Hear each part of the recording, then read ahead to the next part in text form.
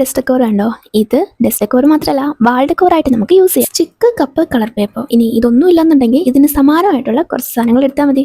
നമുക്ക് സ്റ്റിക്ക് ആയിട്ട് നമുക്ക് പേപ്പർ സ്റ്റോസ് ഉപയോഗിക്കാം. അപ്പൊ അതുമില്ലെങ്കിൽ നമുക്ക് പേപ്പർ ചുരുട്ടി ഉപയോഗിക്കാം. കപ്പിന് പകരമായിട്ട് നമുക്ക് കാർഡ്ബോർഡോ ചാർട്ട് പേപ്പറോ എന്തെങ്കിലും മടക്കി വെച്ചാൽ മതി. ഇതിനുള്ളത് കളർ പേപ്പർ. കളർ പേപ്പറിന് പകരം നമുക്ക് വൈറ്റ് പേപ്പറിൽ കളർ ചെയ്തെടുത്താലും മതി. അപ്പോൾ ഇതിന് വേണ്ടിയിട്ടുള്ള സാധനങ്ങൾ റെഡി ആയിട്ടുണ്ട്.